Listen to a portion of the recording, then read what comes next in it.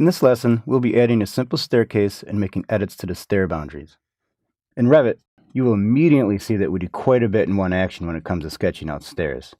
The rise, run, stringers, railings, and even stair landings are created by simply drawing a few lines. Revit does not, however, automatically allow us to be too creative when it comes to the overall shape of the stairs. Suppose you want to add an architectural feature such as an arc to the stair landing. We will do exactly that in this lesson by modifying the boundaries. The first step, pun intended, is to create a simple set of stairs. Later on, we'll get into some more complicated situations, but to get the ball rolling, let's do something a little more remedial. To get started, open up your Revit file called U-shaped stairs and follow along. To give you an example of what the stairs are going to look like, take a look at my 3D view as I spin it around. This is going to be our end product. What I'd like you to do is go to level 2 in the project browser. The reason we go to level 2 is the fact that we have a landing here on the second floor and it resolves on an overall floor on the first floor. What I'd like you to do is go ahead and zoom in on the very front part of this landing and delete any obstructions you may have, such as a staircase. In level 2, what I'd like to do is go to the Architecture tab. We go to the Architecture tab because it's now time to draw our stairs. What you'll see in the circulation panel is the stair button. Go ahead and click the stair button and it brings you into sketch mode.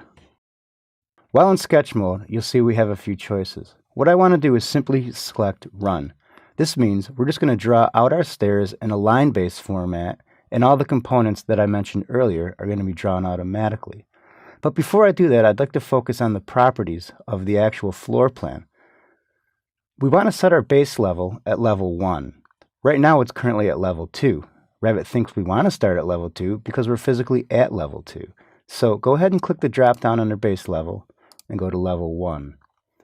Our top level, however, wants to go to level 2. We need to give Revit this information because it will make the calculation of the stairs based on the distance between level 1 and level 2. If we'd like a multi-story top level, meaning if our stairs go from level 1 all the way to level 5, we can select that here. So go ahead and select level 5 as a multi-story top level and click Apply. It's time to start drawing our stairs. Go to the intersection of the reference plane and the floor landing as shown here and click on that point. Once you see the intersection snap appear, go ahead and pick that point and start drawing your stairs out. What you'll see is a little indicator saying how many rises you have and how many you have remaining. Come out until you see 9 rises created and 9 remaining and pick that point. This will be the first half of our stairs. We'd like our stairs to actually wrap back towards the landing and resolve in a U shape. To do this, make sure your alignment line is lined up with the end tread. Come up until you hit the intersection and pick that point. Bring your cursor all the way past the landing until you see 9 risers created and 0 remaining. You can click any point as shown here. It doesn't matter if it's beyond it, as long as it's not short of the landing. If all you wanted was this landing to be straight at the edge here, you'd be done. In this lesson, we're going to make it a little more aesthetically pleasing by adding a radial front. To do that, we need to actually convert this landing into a sketch-based landing. What that means is, if you select this landing, you'll see that you have 4 grips.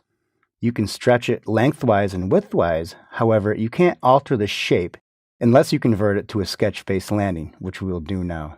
Click Convert to Sketch-Based Landing. Now, you may get a dialog that comes up saying that this is irreversible. That's okay, just hit Close. Now that this is set to sketch base, go ahead and click on Edit Sketch. You will now see 4 green lines, and you'll see that we're in sketch mode. This is exactly what we want. To begin, go ahead and select this line and click your Delete key on your keyboard to get rid of it. The reason we're doing that is because we're about to draw an arc. If Revit sees a line here and an arc here, it's going to give us an error. Everything in Revit has to be completely continuous. No gaps, no overlaps. So I'm going to come up here and I'm going to click my Start End Radius Arc button. Go ahead and click that. For the first point, I'd like to click the end point of the green line at the top, and then click the end point of the green line on the bottom. Move your cursor to the right until you get to approximately 6 feet. and just type in 6 feet and hit enter. Once you see that that's drawn in, hit escape twice. Now you'll see that our continuous perimeter is drawn in. If we click Finish Edit Mode, this will actually bring us back to the edit mode that the stairs are in. One last thing I'd like you to do is click on the railing button. What happens is Revit is going to either set it up with default or another handrail that you can choose from. Select handrail pipe for this lesson. We want our handrail to be on the stringer, not on the treads, so make sure stringer is selected for position. Click OK. We're done. Click Finish Edit Mode and your stairs will be drawn in. We will get a warning that says the rail is non-continuous. That's fine.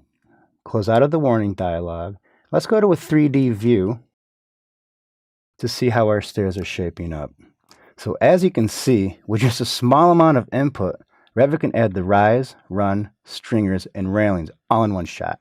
If we cut a section, create an elevation, or add a callout to this area, these items will only have to be modified once to be updated in all these views. That sure does make our jobs a bit easier.